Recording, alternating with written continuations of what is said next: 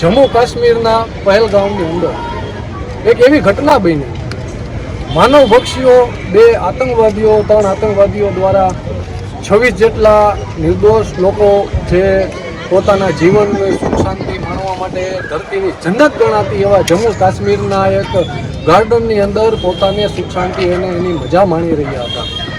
એ દરમિયાન માનવ ભક્ષી જેને નર પિચાસ કહી શકાય એવા 3 આતંકવાદીઓ 26 જેટલા પરિવારોને આંધાધૂની ફાયરિંગ કરીને અને એ લોકોને મોતને ઘાટ ઉતાર્યા। ત્યારે આજે બિલખા સમસ્ત મુસ્લિમ સમાજે બિલખા મસ્જિદ ચોકથી લઈને બિલખા બસ સ્ટેન્ડ સુધી એ કેન્ડલ માર્ચ યોજેલી છે।